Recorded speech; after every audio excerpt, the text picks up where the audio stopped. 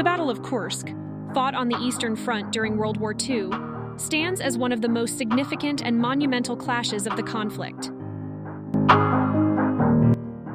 Known as the largest tank battle in history, it was a critical turning point that ended Germany's ability to mount major offensives on the Eastern Front and solidified the Soviet Union's path to eventual victory. Prelude to the battle. German strategic goals. Following their catastrophic defeat at Stalingrad, the Germans aimed to regain the initiative on the Eastern Front. Adolf Hitler believed that a decisive victory at Kursk would stabilize the front, restore German morale, and disrupt Soviet plans for further offensives. Operation Citadel, the German plan for the offensive, targeted the Kursk salient, a bulge in the Soviet lines that extended into German-held territory. The plan involved a pincer attack from the north and south to encircle and destroy Soviet forces. Soviet preparations, anticipating the German attack, Soviet military intelligence intercepted plans for Operation Citadel.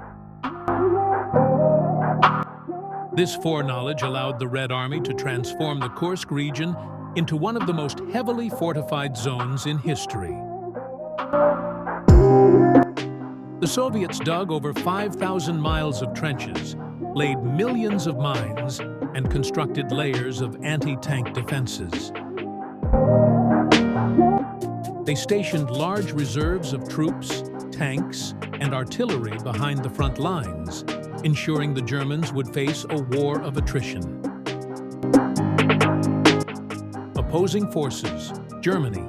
The Germans deployed approximately 780,000 troops, 2,700 tanks, including the formidable Tiger Throne and Panther tanks, 10,000 artillery pieces, and 2,000 aircraft. Soviets. The Red Army outnumbered the Germans with 1.9 million soldiers, 5,000 tanks, 25,000 artillery pieces, and 2,400 aircraft. The battle unfolds. Operation Citadel. German offensive, July 5th to 12th, 1943. The battle began with a massive German bombardment on July 5th, followed by simultaneous attacks on the northern and southern flanks of the Kursk salient.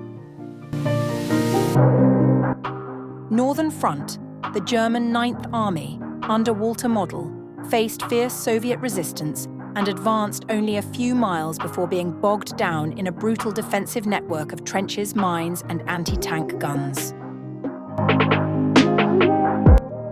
Southern Front, the 4th Panzer Army, led by Hermann Hoth, made greater progress, supported by elite units like the 2nd SS Panzer Corps. However, Soviet defenses and relentless counterattacks slowed their advance. Prokhorovka, the largest tank battle, July 12, 1943. The village of Prokhorovka became the focal point of the battle. On July 12th, the Soviets launched a massive counterattack with the 5th Guards Tank Army against the advancing 2nd SS Panzer Corps. Over 1,200 tanks clashed in chaotic, close-quarters combat.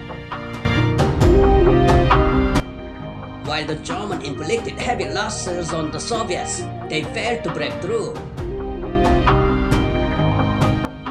The battle at Prokhorovka marks the turning point of Operation Citadel, halting the German offensive.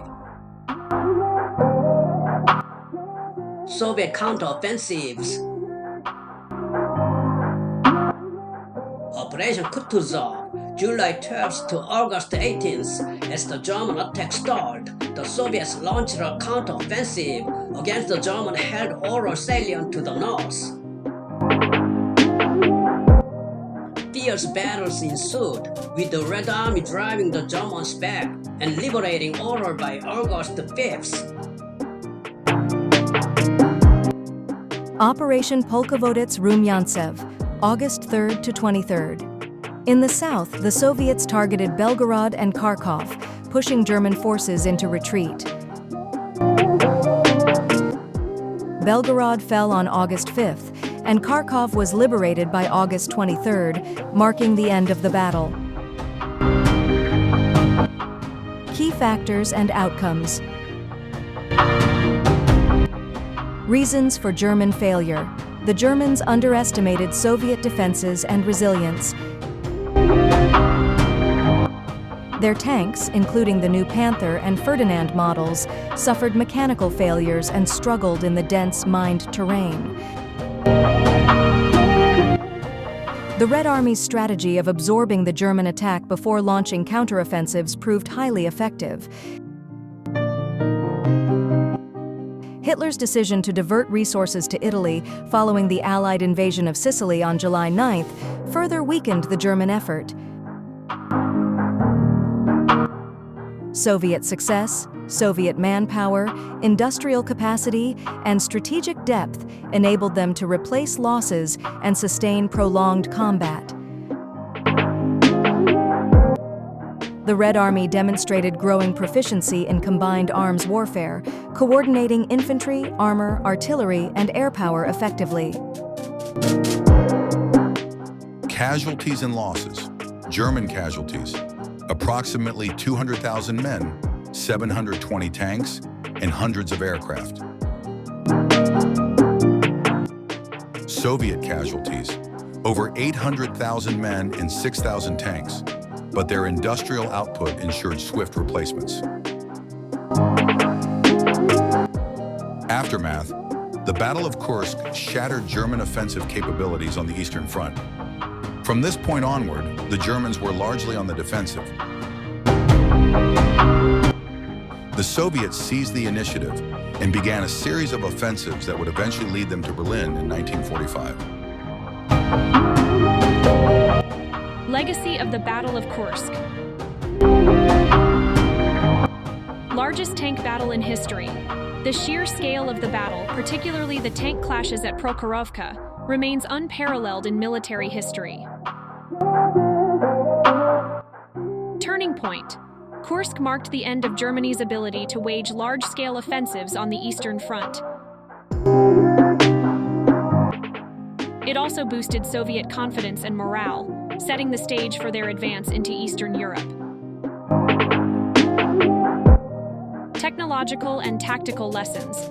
The battle underscored the importance of coordination between different military branches and highlighted the need for reliable, versatile equipment over specialized but fragile vehicles. Symbol of Soviet resilience.